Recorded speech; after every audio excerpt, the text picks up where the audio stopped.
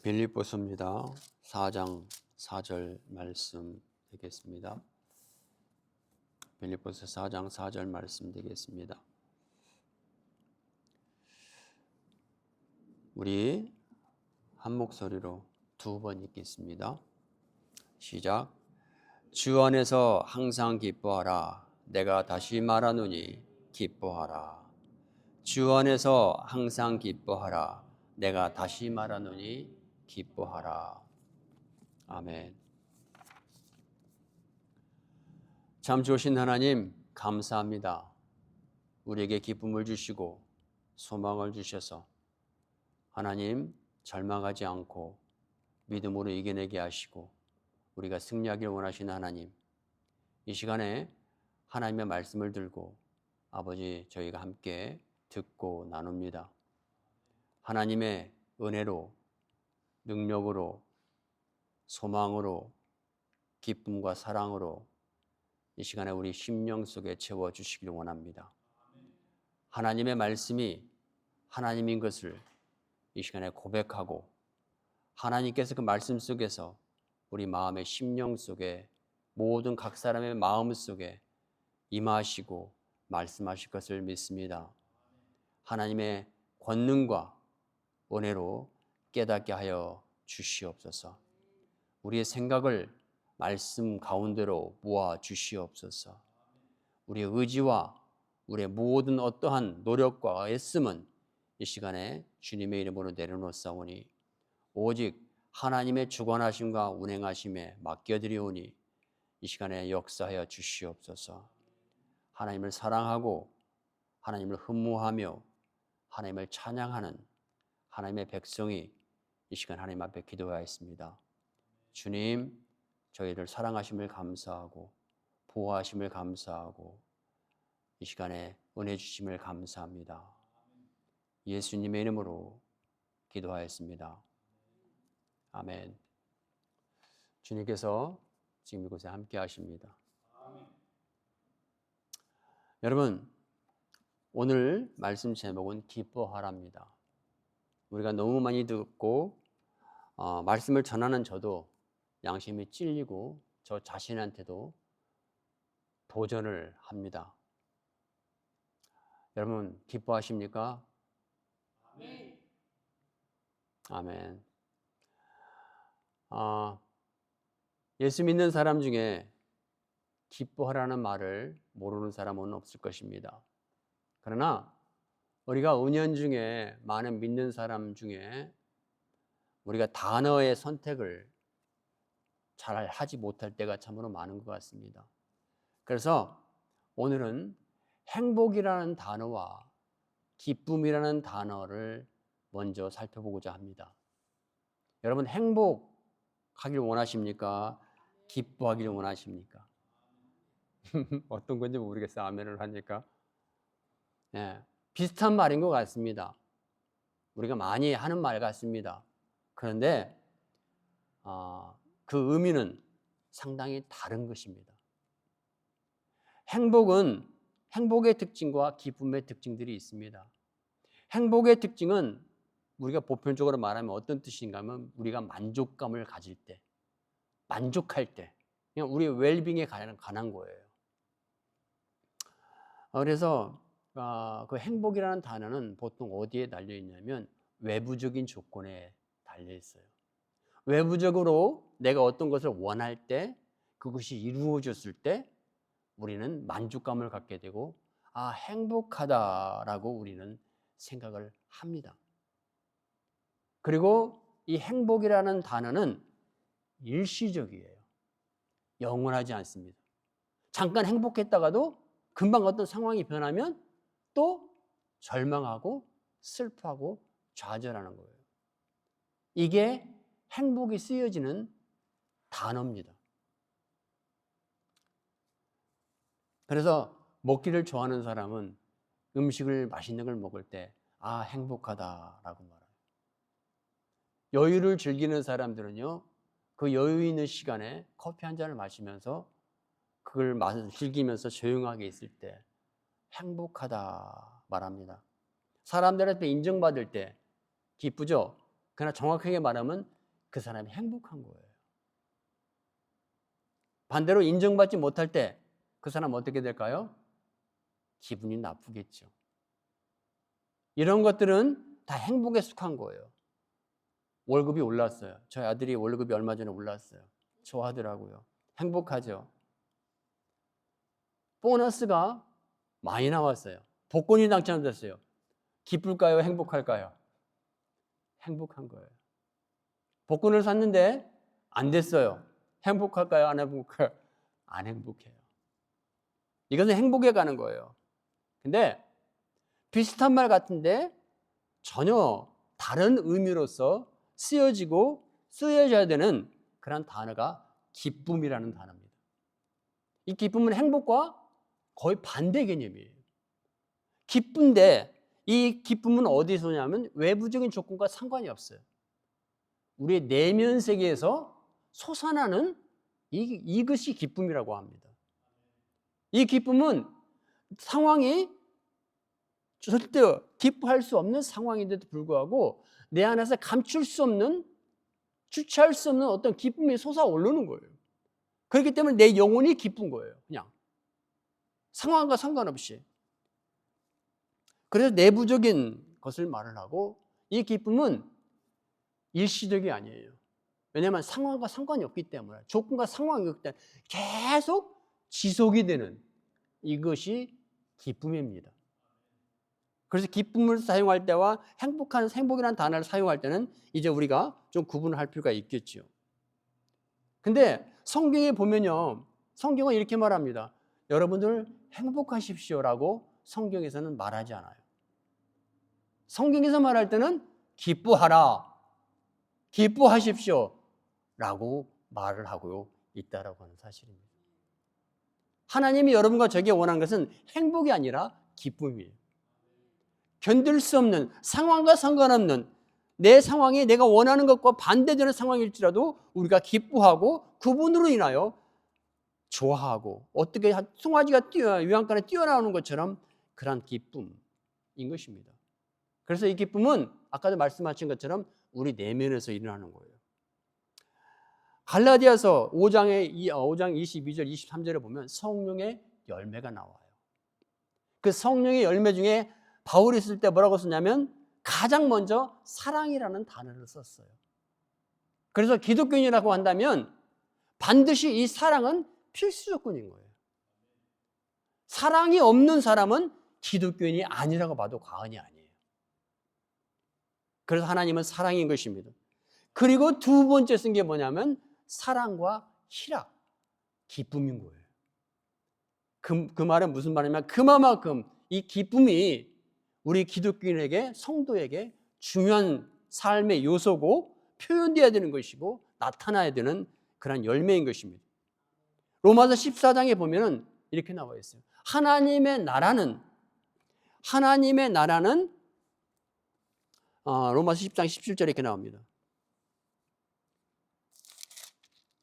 하나님의 나라는 먹는 것과 마시는 것이 아니요 오직 성령 안에 있는 의와 평강과 희락이라. 다시 말하면 하나님의 나라, 성도가 있는 그런 모임이나 가정 가운데는 항상 기쁨이 쉬지 않고 넘쳐야 된다는 사실입니다. 아멘. 제가 예수 믿고 난 다음에 국민학교 동창들을 한 달에 한 번씩 만나는데 오라고 해서 만났어요. 만나면 뭘 먹어요? 술을 먹죠.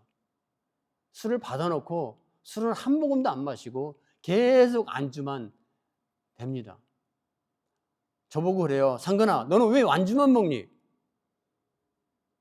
그러면서 내 입에서 계속 한 사람 한 사람 붙잡고 예수 믿어라, 예수 믿어라, 예수 얘기만 계속 나오는 거예요. 한 두세 번 계속 만나니까 저보고 그러더라고요. 야, 너 오늘 예수 얘기하지 마. 그럼 또 해요. 왜? 저는 재밌어요. 내 안에서 감출 수 없는 그런, 저는 예수를 믿으라고 하는 그 말밖에 할 말이 없어요. 근데 그들은 재미가 없는 거라. 근데 내 안에서 계속 그것만 나오는데, 여러분, 이것이 예수 믿는 거예요. 예수 믿으면 감출 수 없는, 견딜 수 없는, 참을 수 없는 그런 기쁨이 솟아나는 줄 믿습니다. 사도행전에서요, 요한과 베드로가 성전을 들어갈 때 성전 문 앞에 안전베개가 하나 있었죠. 안전베개를 향해서 베드로가 예수 이름으로 여러분 고치신 사건 다 기억할 것입니다. 그 사건이 있은 다음에 베드로와 요한이요 아주 유명한 인사가 되어버렸어요. 그래서 베드로가 요한이 가는 곳마다 사람들이 따라다니고 막 몰려다니는 거예요. 그때 베드로가 얼마나 인기가 있었는데 사람들이 몰려다니면서 설교를 했습니다. 설교하고 5천 명이 여러분 예수를 믿게 된 사건이 여러분 기억하시죠? 베드로가 특별한 거 아니었어요. 너희가 죽인 예수가 살아나서 지금 너희가 본 이 모든 상황이 그분이 고치셨고 살리셨다라고 하고 그런 설교를 했습니다. 근데 5천 명이 여러분 예수를 믿게 되었습니다. 그러자 종교인들과 이 정부에서 나온 사람들이 이제 합자해서 이 베드로와 요한을 잡아 가둬요. 때립니다. 핍박합니다. 그러면서 예수 이름으로 다시는 말하지도 말고 전하지도 말고 설교하지도 말고 엄포를 주면서 막 때리죠. 그러나 베드로가 여러분 뭐라고 말하는 줄 아십니까? 사도행전 4장 20절에 이렇게 말합니다. I can't keep quiet what I have seen and heard. 이렇게 말해요. 사람들이 다시는 예수 이름으로 전하지 말고 말하지도 말고 설교하지도 말라고 하는 그러한 두려움 앞에 베드로는 말합니다. 나는 참을 수 없다. 내가 보고 드는 것을 참고 입을 담담히 할 수 없다. 라고 이렇게 베드로는 말하고 있다는 거예요. 저는 이 베드로의 고백 속에서 저는 뭘 보냐면 베드로의 심령속에 나타나는 기쁨을 봅니다. 하나님이 그 얘기를 주시는 이 놀라운 그와 함께 하시는 그 내면에 함께 하시는 주님이 주시는 감당할 수 없는 이 힘과 이러한 기쁨을 저는 보게 되는 거예요.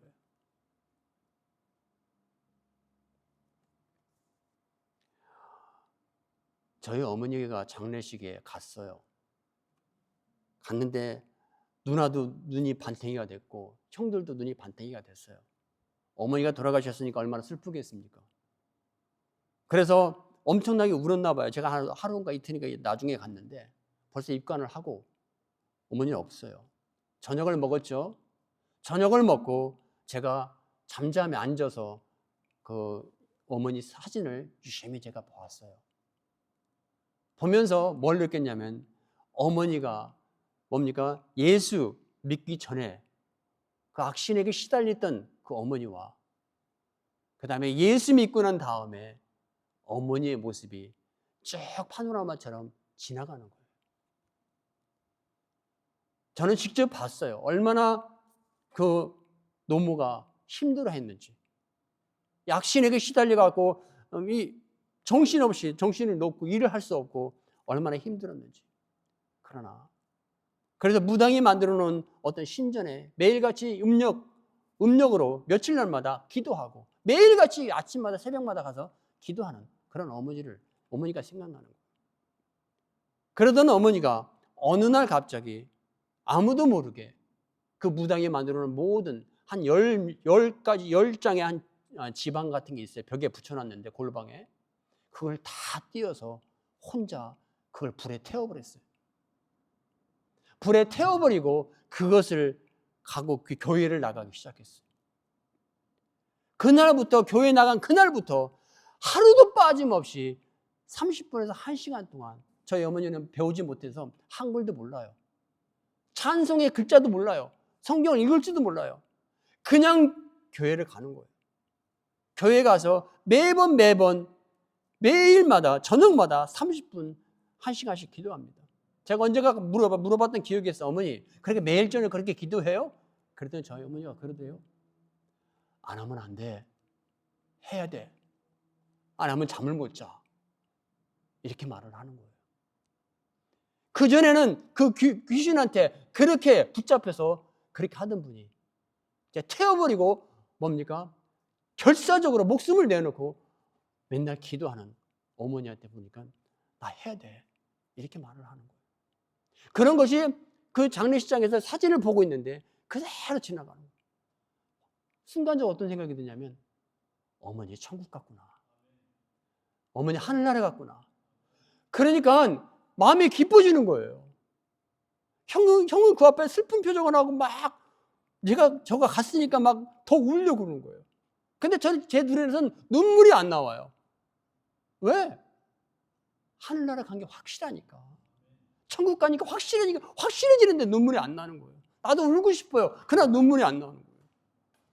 여러분, 이것이 기쁨인 겁니다. 여러분, 주님께서 이 땅에 오셔 십자가에서 우리를 위해서 죽으시고 우리의 모든 죄의 사망 권세를 끊으셨다는 이것이 얼마나 기쁜 거예요. 아멘. 그분이 부활하시고 다시 오셔서 우리를 하나님의 나라로 이끄신다는 사실이 얼마나 기쁜 거예요. 우리가 하나님의 생명책에 기록된다는 것이 얼마나 기쁜 일이냐는 거죠. 주님은 말해요. 이 세상의 모든 권세를 다 얻고 네 생명 없어지면 그것이 무슨 의미가 있느냐. 아멘. 여러분, 우리는 날마다 기뻐해야 될 이유가 충분한 줄 믿습니다. 그 기쁨은요, 절대 어느 누구도 그 악신도 뺏어갈 수 없는 거예요. 저희 어머니가 예수 교회에 다니고 난 다음에 얼마나 많이 기쁜 삶을 살았는지 모르겠습니다. 죽는 그날까지 그분은 그렇게 생활했어요. 여러분, 제가 드리고 싶은 말이 있습니다. 하나님께서 우리에게, 여러분과 저희가 주시는 이 기쁨은 고난도, 질병도, 어떤 슬픔과 절망과 사건도 우리에게서 그것을 뺏어갈 수가 없습니다. 왜냐하면 하나님께서 우리에게 주신 것이기 때문에 그런 거예요. 그것이 여러분과 저에게 능력이 되는 겁니다. 여러분, 기쁨은 능력입니다. 아멘. 그래서 오늘 본문을 보십시오. 기뻐하라. 내가 다시 말하노니 기뻐하라. 라고 말씀하셨습니다. 아멘. 여러분, 모든 상황 속에서 기뻐하시기를 축원합니다. 그래서 성도는요, 기뻐해야 될 사람들이에요. 슬픔을 할 수 있는 그런 사람들이 아니에요. 그런데 우리가 실질적으로 이 교회 생활하고 성도 신앙생활을 하고 있는 사람들을 보게 되면 내 자신부터 기쁨의 시간이 많습니까? 슬픔의 시간이 많습니까? 어찌 보면 상황에 따라서 상황이 좋게 되면 할렐루야 하고 상황이 나쁘게 되면 인상 쓰고 있고, 이것이 여러분과 저의 솔직한 모습일 것입니다. 아까 제가 말씀을 드렸습니다. 성도란 기쁨으로 충만한 존재인 거예요. 기쁨이 항상 있어야 되고 기쁨이 떠나서는 안 되는, 왜? 어떤 상황에서도 주님께서 오늘 말씀처럼 기뻐하고 기뻐하라. 내가 다시 말하노니 기뻐하라. 그 말은 성도는 기뻐해야 될 존재고 항상 기쁨으로 사는 존재라는 거예요. 슬픔이 우리 안에 얼굴에 가려서는 안 되는 존재인 거예요. 근데 실제로 우리의 삶을 보면 교회 다니고 교회 직책과 상관이 없어요. 목사든지 상관없어요. 우리는 환경 앞에 지배를 당하고 환경대로 움직이고, 여러분, 표정을 가질 때가 참으로 많습니다. 왜 그럴까요? 분명히 우리 안에 있는 기쁨은 악신이 마귀가 뺏어갈 수 없는 거거든요.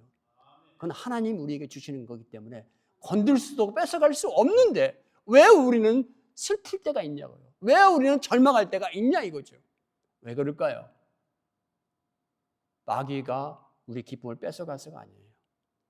우리가 우리 안에 있는 기쁨을 스스로 잊어버려서 그래요. 마귀는 뺏어갈 수 없지만 우리는 우리 안에 있는 기쁨을 잊어버릴 수는 있어요. 그때 우리는 허망하고, 그때 우리는 절망하고, 그때 우리는 힘든 거예요. 저희 집 뒷야드에 조그마한 정원이라고 말하기 그냥 있어요. 한동안 과일도 심고 개간을 해서 합니다. 이제 게을러져서 아예 안 놔. 장로님도 아시겠지만 풀밭으로 돼 있어요. 거기에 꽃이 있어요. 어떤 꽃이 있냐면 제가 좋아하는 꽃이에요. 봄이면 화사하게 피는 꽃인데 저희 옆집 할머니 그 정원에 가득해요. 그 할머니가 하는 일이 정원 가꾸는 일인데 그 정원에 봄만 되면 모대기를 펴요. 그래서 제가 그랬어요. 할머니가 꽃 참 예쁘다 라고 말했더니 그날 한 10그루를 갖다가 뽑아서 저한테 주는 거예요. 그 정원에 있는 것을 저보고 갖다 심으래요. 심었습니다. 그때 심을 때만 제가 걸음을 준 걸로 생각해요. 그리고 그다음부터 개간도 안 하고 그냥 놔둡니다. 지금도 이 싹은 나요. 근데 올해 딱 한 나무가 피었는데 그것도 때 늦어서 피었어요. 피었는데 꽃이 시들시들하고요. 벌레 먹고 정말로 막 노인들 피부처럼 그렇게 꽃잎이 그래요. 저희 꽃이 피면요, 아이들 데이케어다 보면 어린아이들이요, 꽃을 만져요. 만져가고 자꾸 호기심이 나라 꽃을 꺾거든요. 근데 이 꽃은 아이들이 건들지도 않아. 시들어가지고 벌레 먹고 아주 앙상해요. 앙상해. 꽃인데. 왜 그럴까 생각을 해봤습니다. 이 꽃이 왜 그럴까 생각을 해봤더니 씨앗 탓이 아니에요. 분명히 아까 말씀을 드렸지만 그 꽃은 할머니가 정원에서 싱싱한 그 꽃을 준 거거든요. 몇 년이 지났어요. 지금 한 5, 6년 지난 것 같아요. 걸음 딱 한 번 주고 안 줬어요. 그랬더니 이 나면서부터 잎사귀가 갈색이에요. 갈색으로 병이 걸려가지고 그러면서 꽃이 하나 났어요. 근데 그 꽃이 참 시들하더라고요. 여러분, 제가 드리고 싶은 말이 있습니다. 왜 그렇게 꽃이 시들었을까요? 씨앗이 나빠서요? 아니요. 씨앗은 원래 좋았어요. 제가 게을러서 관리를 안 했어요. 잡초무성이에요. 걸음 한 번 안 줬어요. 그랬더니 힘이 없이 맥이 없이 그렇게 되더란 얘기예요. 아무리 화사한 꽃도 먹질 못하고 관리를 받지 못하니까 힘이 없어지고 그 자태를 잊어버리더란 얘기입니다. 여러분, 우리 안에 하나님께서 예수 그리스도를 통해서 기쁨을 주셨습니다. 아멘. 그 기쁨은 마귀의 힘으로는 뺏어갈 수 없지만 우리가 그것을 관리하지 못하면 그것을 잊어버릴 수가 있어요. 잊어버릴 때 우리는 힘이 빠지고 여러분 낙심합니다. 그러면 어떻게 되는 줄 아십니까? 목사라며 사모라며 장로라며 상관없어요. 무시당합니다. 아멘. 성도가 기쁨에 충만하고 우리 영혼이 생동감으로 넘칠 때 여러분 성도 대접을 받을 줄 믿습니다. 하나님께서 인정하시고 하나님께서 여러분과 저를 더 크게 쓰실 줄 믿습니다. 여러분, 우리 안에 기쁨을 관리하시기 바랍니다. 회복하시기 바랍니다. 시편 27편에 보면 다윗이 이렇게 말했습니다. 이제 내 머리가 날 둘러싼 내 원수 위에 들리리니 내가 그의 장막에서 즐거운 제사를 드리겠고 노래하며 여호와를 찬송하리로다 라고 했습니다. 여러분, 다윗은요 환경이 주어져서 기뻐한 사람이 아니에요. 하나님께서 다윗을 기뻐하고 좋아했던 이유는 단 한 가지입니다. 그는 어떤 일이 있어도 하나님 앞에 나아갈 때 기쁨으로 나갔습니다. 제사도 기쁨으로, 모든 환경도 기쁨으로 주님께서 하실 것을 믿고 미리 하나님께서 기쁨의 제사를 드리는 거예요. 찬양을 드리는 거예요. 하나님께서 하실 걸 믿고. 그래서 다윗을 하나님께서 기뻐하셨어요. 여러분, 사울 왕이 악신이 들렸어요. 귀신이 들렸어요. 다윗을 미워했어요. 시기했어요. 질투했어요. 다윗을 죽이려고 했어요. 가만히 있는 다윗에게 창을 던지고 죽이려고. 왜? 악신에게 사로잡혔어요. 여러분, 왕이잖아요. 사울은 이 잔치를 할 때, 연회를 할 때마다 얼마나 많은 사람들이 득실거리고 얼마나 많은 연주자들이 사울을 위해서 이 풍악을 울렸습니까? 그러나 아무리 많은 악기와 아무리 기가 막힌 노래를 사울 앞에 불러도 사울의 이 복잡한 심령을 잠잠하거나 평안을 줄 수가 없는 거예요. 그 많은 사람들이 사울 앞에 댄스를 하고 노래를 하고 찬양을 해도 사울의 이 고달픈, 악신이 들어서 고달픈 이 영혼을 해결할 수 있는 어떤 게 없었어요. 그런데 놀라운 것은 이 다윗이 뭡니까? 사울 앞에서 하프를 합니다. 하프를 켜잖아요. 근데 하프를 킬 때 여러분 놀라운 것 자체는 그 다윗을 죽이려고 한 그 사울의 심령 속에 평안이 찾아오게 돼요. 그를 괴롭히던 모든 악신이 힘을 잃고 잠잠해져요. 놀라운 사실이 벌어져요. 그러니까 사울은 계속 다윗이 미운데도 다윗을 불러다가 하프를 치게. 왜? 자신의 영혼이 평안해지니까. 여러분, 비결이 뭘까요? 하프가 아니에요. 기구가 아니에요.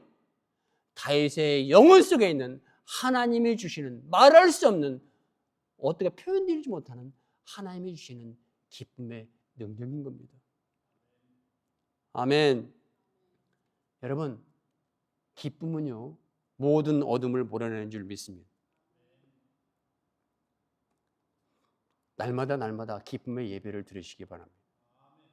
기쁨으로 찬양하시기 바랍니다. 아까 장로님이 2번 하셨잖아요. 이게 감동이 됐다는 얘기. 네, 감동돼서 했다는 얘기예요. 처음에는 아까 음정이 좀 자신이 없더니 2번째는 자신이 있고 콱콱콱 올라가시더라고요. 네, 기뻤다는 거예요. 여러분 기쁨으로 하나님 앞에 드리면 여러분 우리 영혼도 행복해지고 기뻐지고 모두가 다 기뻐지는 줄 믿습니다. 그리고 사도행전 2장에 보면요 믿는 사람들이 하나같이 매일같이 모였다고 그랬어요. 떡을 해서 오고 국을 해서 오고 밥을 해서 오고 모였다고 그랬어요. 모여서 매일같이 모였다고 그랬어요. 근데 놀라운 것은 뭡니까?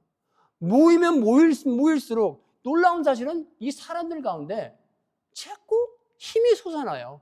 기쁨이 솟아나요. 재미있어요. 다른 세상 가서 세상에 딴 얘기하는 것보다 모여서 얘기하는데 매일같이 와서 그것도 매일 똑같은 얼굴 보고 얘기하는데 서로 간증하면서 얘기하면서 그 모임 속에서요. 놀라운 사실은 그 모여있는 그 성도들 자체 심령 속에서 체험하게 되는 거예요. 하나님이 함께 하시는 그 찬양과 그것을 체험케 하는 거예요. 아멘? 그러니까 옆에 사람들, 동네 사람, 믿지 않는 사람들 한 번 와봐 해가지고 계속 데리고 오니까 그 성경에 뭐라고 나와 있냐면 그 수가 날마다 더하더라. 이렇게 나온 거예요. 하나님의 이름으로 모이는 그 속에 간증과 기도와 찬양이 있을 때 심령이 기뻐진 것은 어떻게 표현할 수 없는 거예요. 저절로 나타나는 거예요. 힘이 생기는 거예요. 그러니까 더 모이는 숫자가 더 많아진 거라는 것입니다. 제가 지금 무슨 말씀하냐면요. 여러분 우리 안에 있는 기쁨을 관리할 때 그 기쁨이 유지가 된다는 거예요. 여러분 찾아가십시오. 믿음의 사람, 기쁨의 사람을 만나십시오. 이것이 코이노니아예요. 아멘. 그냥 맥 빠진 상태로 그냥 놔두는 게 아니라 바람에 빠진 바람을 놔야 되는 것처럼 우리의 영혼에 기쁨이 없으면 그 기쁨을 회복하는 그런 기회들이 있어요. 그것을 찾아가십시오. 그래서 주님께서 말씀하셨습니다. 너희가 두세 사람으로 모인 그곳에 내가 함께 할 것이다. 왜 주님은 한 사람이 아니라 두세 사람이랄까요? 2사람 이상이 교회가 되는 거예요. 2사람 이상이 함께 모일 때 강해지는 거예요. 그래서 솔로몬에서 말했잖아요. 한 줄은 혼자는 망할 수 있어요. 그러나 둘은 견뎌낼 수 있어요. 삼겹줄은 끊어지지 아니한다고 말씀하셨어요. 이것이 교제와 펠로우십의 힘인 겁니다. 여러분 채우세요. 하나님께 예배를 채우시고 오늘도 우리가 기쁨을 와서 하나님의 말씀을 듣고 우리가 은혜 받는 것처럼 날마다 노력하고 여러분 노력한다는 말이 좀 이상하지만 하나님 앞에 여러분 기쁨으로 나가고 다윗처럼 기쁨의 제사를 드리고 여러분 그렇게 하시기 바랍니다.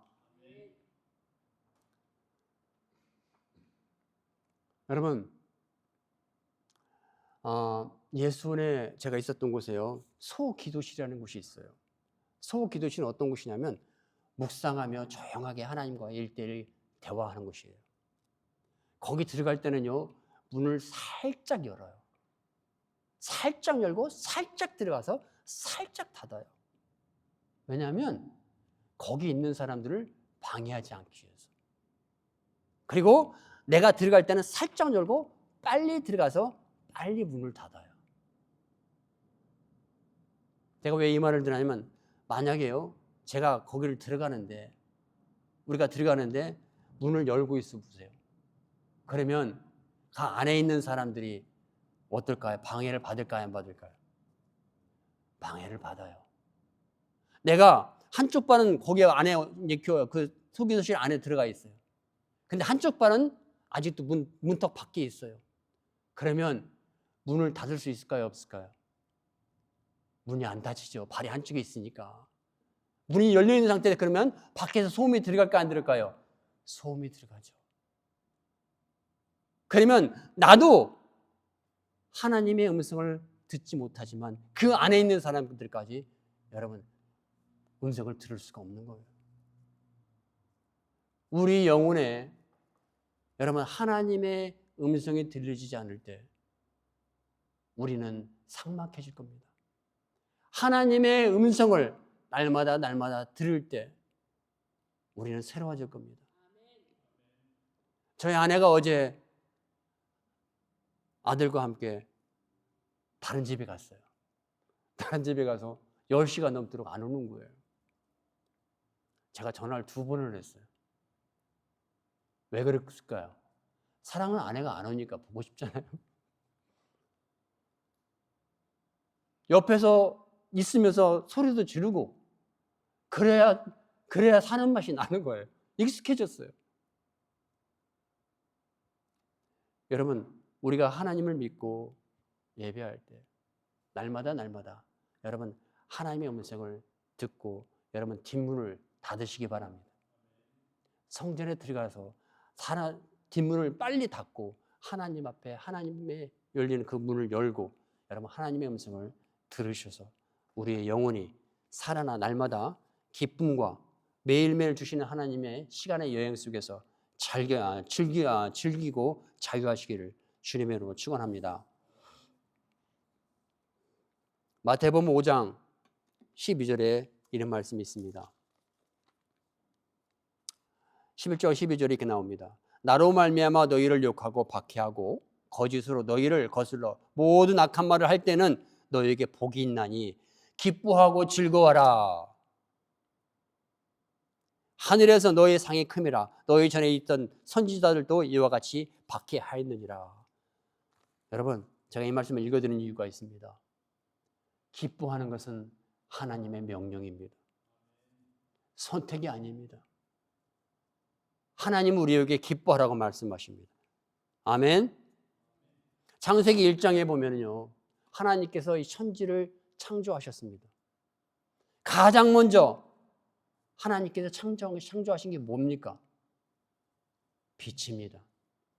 창세기 1장 1절 2절에서 뭐라고 나오냐면 흑암이 가득하고 물이 충만한 가운데 그 수면 위에 하나님의 신이 운행하셨다라고 나와 있습니다.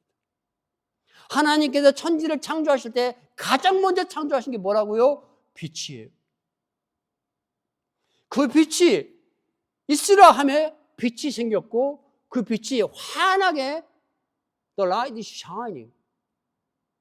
이 어둠이 물러갔습니다.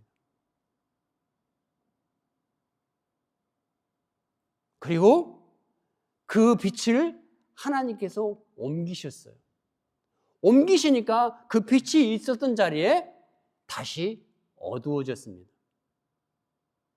하나님이 천지 창조 때 가장 먼저 창조하신 것은 여러분 빛 하나입니다. 하나님의 밤은 창조하지 않았어요. 하나님이 창조하신 것은 낮입니다. 빛이고 낮입니다. 제가 왜 이 말을 하냐면 하나님께서 여러분과 저에게 주신 이 기쁨은 빛입니다. 이 빛이 비칠 때 어둠이 물러갑니다. 이 빛이 사라질 때 어둠이 들어왔습니다. 어둠은 하나님께서 창조하지 않았습니다. 그냥 생긴 겁니다. 우리 안에 기쁨이 충만할 때 사단은 우리 안에 들어올 수가 없습니다. 우리 안에 기쁨이 충만하고 그 빛이 충만할 때 우리 안에 있는 모든 어둠의 영은 나갈 수밖에 없습니다. 여러분, 이것이 교회인 줄 믿습니다. 그분이 우리의 머리이고 그분이 날마다 우리에게 기쁨으로 우리에게 빛을 배설해 주실 것입니다. 여러분과 우리의 모든 가정의 삶과 모든 생활의 삶 속에서 이 빛이 있는 가운데 여러분 행복과 축복이 넘쳐날 것을 믿습니다. 이렇게 되기를 주님의 이름으로 축원합니다. 그래서 우리 안에 날마다 빛이 하나님께서 주셔서 우리가 세상에서 영향력 있는 삶을 살기를 원합니다. 그 빛으로 나도 깨끗해지고 나도 강해지고 그 이웃에 있는 우리 지체에 있는 모든 이웃에게 하나님의 영향력이 흘러들어가는 그런 삶이 되도록 주님께서 우리를 부활시키신 줄 믿습니다. 결론입니다. 기뻐하며 삶을 즐기는 것은 주님의 명령입니다. 우리가 기쁘게 사는 것은 하나님의 선물입니다. 그리고 기뻐하라고 하는 것은 하나님의 특권입니다. 기뻐하시기 바랍니다. 아멘.